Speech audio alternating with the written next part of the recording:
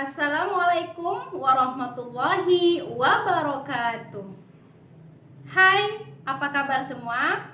Semoga kalian semua tetap sehat dan tetap semangat ya. Baiklah anak-anak ibu di kelas 11. Sebelumnya ibu mau mengucapkan selamat untuk kalian semua yang telah naik ke tingkatan berikutnya di tahun ajaran 2020-2021. Meskipun kita ketahui saat ini kita masih berada dalam kondisi COVID-19 dan mengharuskan kita untuk tetap menjaga protokol kesehatan. Namun demikian, tidak mengurangi rasa semangat kita untuk tetap belajar meskipun dengan cara yang berbeda. Nah, melalui video pembelajaran kita ini, Ibu harap kalian semua masih tetap semangat ya. Biasanya ketika kita ingin melihat cara mengoperasikan suatu mesin, atau ketika kita mempelajari cara memasak, cara mengoperasikan sesuatu, biasanya kita membaca sebuah teks. Teks apakah itu? Ada yang tahu nggak? Ya, benar sekali. Teks tersebut adalah teks prosedur. Jadi, pembelajaran kita pada hari ini sudah pasti belajar bahasa Indonesia bersama saya, siapa lagi kalau bukan Bu Dewi Winarti. Baiklah, untuk pertemuan kita yang pertama kali ini, melalui video pembelajaran ini, kita akan belajar mengenai teks prosedur. Sekarang Ibu jelaskan pengertiannya ya. Menurut Kamus Besar Bahasa Indonesia atau KBBI, prosedur adalah tahapan kegiatan untuk menyelesaikan suatu aktivitas. Kemudian, adapun pengertian teks prosedur dan ciri-cirinya yaitu jenis teks yang menunjukkan dan menjelaskan sebuah proses dan membuat atau mengoperasikan sesuatu yang dikerjakan melalui langkah-langkah sistematis atau teratur. Kemudian ciri-cirinya sebagai berikut. Yang pertama, berisikan langkah-langkah. Yang kedua, disusun secara informatif. Yang ketiga, dijelaskan secara terperinci. Yang keempat, bersifat objektif. Yang kelima, menggunakan syarat atau pilihan. Dan yang keenam, kalimat jelas, logis, dan singkat. Nah, selanjutnya jenis-jenis teks prosedur. Apa saja sih jenis-jenis teks prosedur itu? Oke, yang pertama, teks prosedur itu menjelaskan proses suatu bekerja atau instruksi secara manual. Contohnya, dalam menggunakan alat-alat elektronik seperti cara menghidupkan HP, cara menghidupkan laptop, dan sebagainya. Oke, selanjutnya yang kedua, teks prosedur yang menginformasikan aktivitas tertentu dan peraturannya.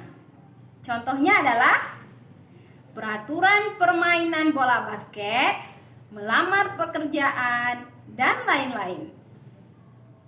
Selanjutnya yang ketiga adalah teks prosedur yang berhubungan dengan sifat ataupun kebiasaan manusia. Contohnya adalah memasak makanan, membuat kue, membuat jus, dan lain-lain sebagainya. Selanjutnya, merancang pernyataan umum dalam teks prosedur. Teks prosedur memiliki dua bagian utama. Yang pertama berupa pernyataan umum dan tahapan-tahapan atau langkah-langkah. Kemudian, pernyataan umum dalam teks prosedur merupakan pengantar atau pendahuluan mengenai topik yang akan kita bahas. Kemudian, pernyataan umum dalam teks tersebut berisi tujuan dan teks prosedur. Baik, selanjutnya merancang tahapan-tahapan di dalam teks prosedur. Di dalam merancang tahapan-tahapan teks prosedur ini ada 4 bagian utama, yaitu menentukan topik, kemudian yang kedua mengumpulkan sumber informasi, yang ketiga mengembangkan informasi yang telah dikumpulkan ke dalam langkah-langkah yang saling berkaitan, yang keempat menyusun teks prosedur secara utuh. Maksudnya, yang pertama itu kita tentukan topik atau judul yang akan kita buat. Kemudian setelah topiknya ada, selanjutnya kita kumpulkan informasi yang akan kita kumpul. Setelah informasinya kita kumpul, kemudian kita susunlah dia menjadi sebuah teks prosedur yang utuh atau kompleks. Baik, untuk lebih jelasnya, perhatikan contoh berikut ini. Nah, cara membuat paspor. Cara membuat paspor itu merupakan judulnya. Kemudian, yang paragraf pertama adalah pernyataan umum atau pendahuluan. Kemudian, yang bagian 1 sampai dengan 7 itu adalah langkah-langkah ataupun tahapan-tahapan di dalam teks prosedur. Selanjutnya perhatikan contoh yang kedua. Ya, bisa dilihat di sana. Nah, contoh yang kedua ini adalah nasi goreng buatan sendiri. Nasi goreng buatan sendiri itu adalah judul. Kemudian bahan-bahannya sudah jelas di situ. Dari nomor 1 sampai 7. Selanjutnya tahapannya adalah cara membuat nasi goreng tersebut. Oke, gimana anak-anak ibu semua? Oke. Nah, bagaimana? Apakah sudah bisa dipahami mengenai penjelasan dan contoh yang ibu sampaikan tadi? Mudah-mudahan apa yang ibu sampaikan tadi bisa kalian pahami ya. Dan bagi yang belum mengerti, kalian bisa langsung tanya sama ibu, bisa melalui WA, ataupun kalian langsung tulis pertanyaan-pertanyaan. Terus pertanyaan tersebut nantinya akan kita diskusikan langsung melalui video conference ya. Oke? Demikianlah pertemuan kita untuk kali ini.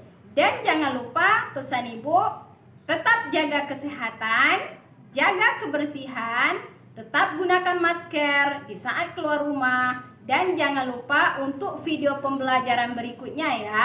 Wassalamualaikum warahmatullahi wabarakatuh. Terima kasih.